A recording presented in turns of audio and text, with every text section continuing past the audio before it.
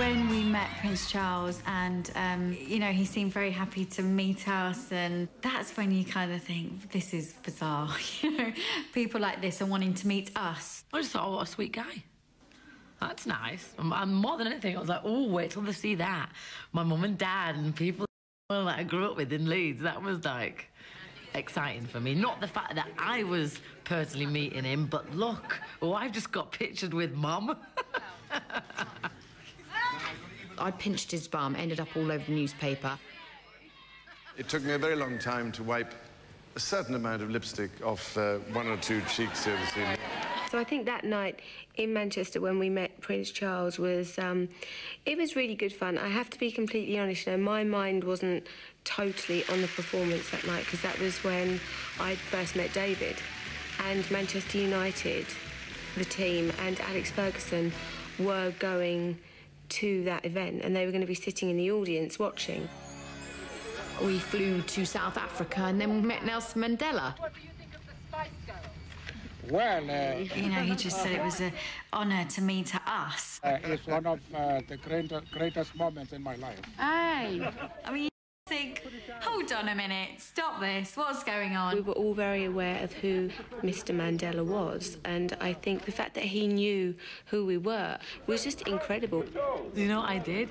Is I pinched a loo roll and put each square in like a bag to give to the makeup artist, and the hair and makeup was like, look, there's a bit of Nelson Mandela's house. But I told him, I said, you do know that I've nicked some of your toilet roll and some of your stones in that plant pot to give to the hair and makeup outside. He was like, oh, you're so funny. I mean, moments in my head, I think, OK, today I'm going to dress like a lady, you know, and this is an important occasion.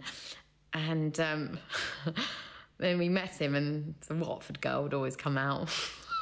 Well, you must realise, of course, that they are talking about an old man.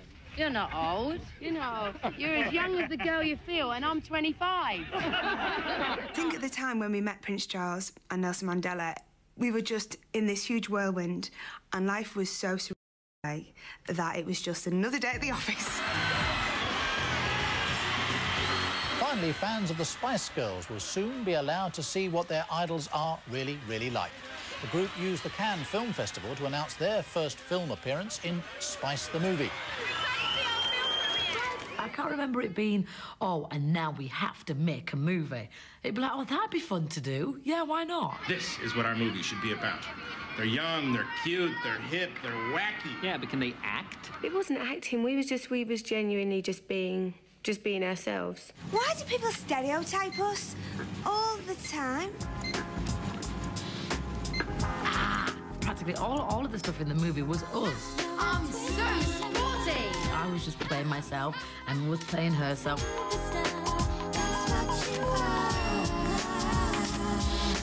And it was kind of heightened with the writing, obviously. My mummy's my best friend. I thought Victoria did really well in it. I thought I was really crap in it, actually. You either got to move it in front or move it out the way. All right, well, I'll move that fairground horse to there. Sort that out. You can't do that. Says who? Says Mr. Chess. It's been in the rules for thousands of years. And also, I felt really, it was rushed, and I wanted to be, like, do deep acting. It just felt like we were just knocking it out. They're a problem, officer. Dangerous driving, criminal damage, flying a bus without a licence, and, frightening the pigeons. It's one of those times that I kind of don't remember much about, apart from just being in lots of different outfits and singing and not getting much sleep. What do I say? I'm really sorry, officer, but the thing was we were late for a show, so we were in a hurry. We didn't hurt anybody, and we're just really sorry. We promise never, ever to do it again. You know, we weren't expecting Oscars out of it. It was what it was. It was great fun. People loved it. The music was great. That was all the songs from the second album. The second album was actually written during the time we were filming the film. Down in Dirty City used to be their home, I thought would be better, right? We had a mobile studio on set, so when you're not rehearsing your lines or you're not on camera, you're in the studio writing a song and singing. That's right there next to your Winnebago. We should do it. We gotta do that one. Shiki, shiki, shiki. There were really, really good days. We had so much fun. But there were some days that were absolutely awful, and I've never laughed so much, but I've also never cried so much. We were together so much. Yeah, it's like being with somebody 24 hours a day. At some point during that day, they're going to say something where you go, or you get a little bit offended, but, you know, you have to carry on. I remember being really shouted at by Jerry quite a few times because I didn't think what she was saying was right. And, you know, sometimes she would think everything she said and did was, you know, was how it should be. And, you know, and of course that's not true.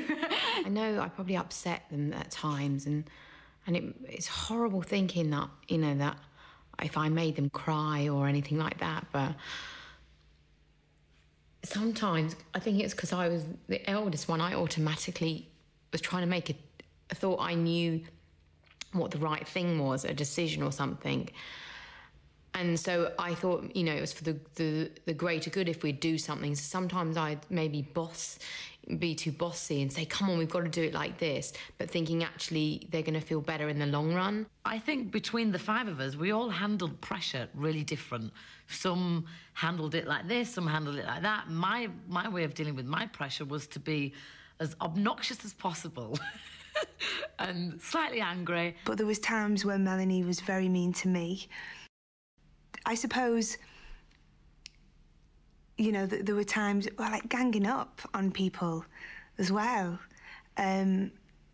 So, yeah, it's kind of playground stuff, you know, but in quite an extreme situation, which is hard.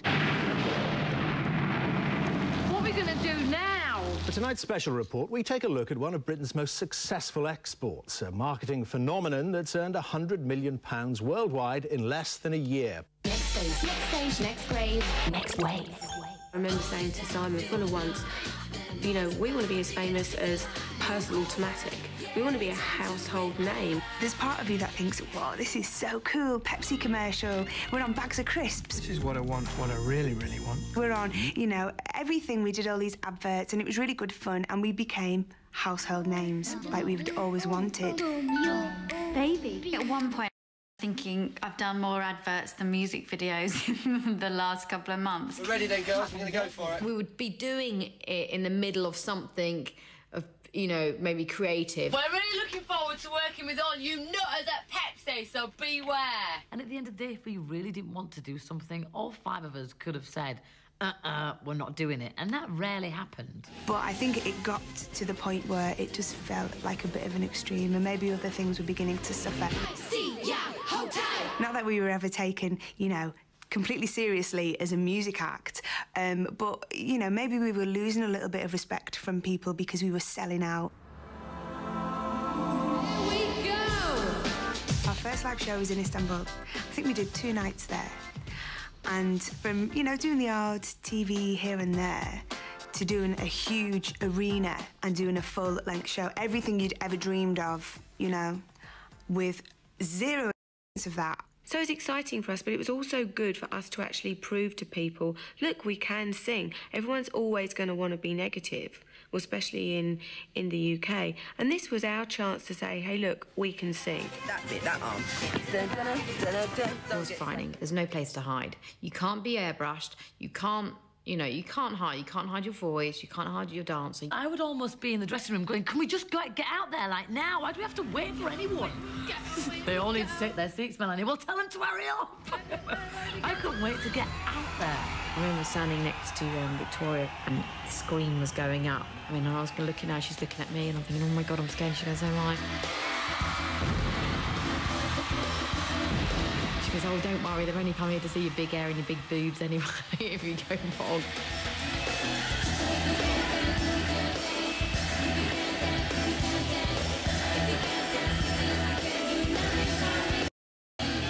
When you have so many doubters, it's great because people's expectations are so low that you'd have to be pretty dismal to live up to their expectations. So we knew we were going to go out there and just show everybody what we were made of.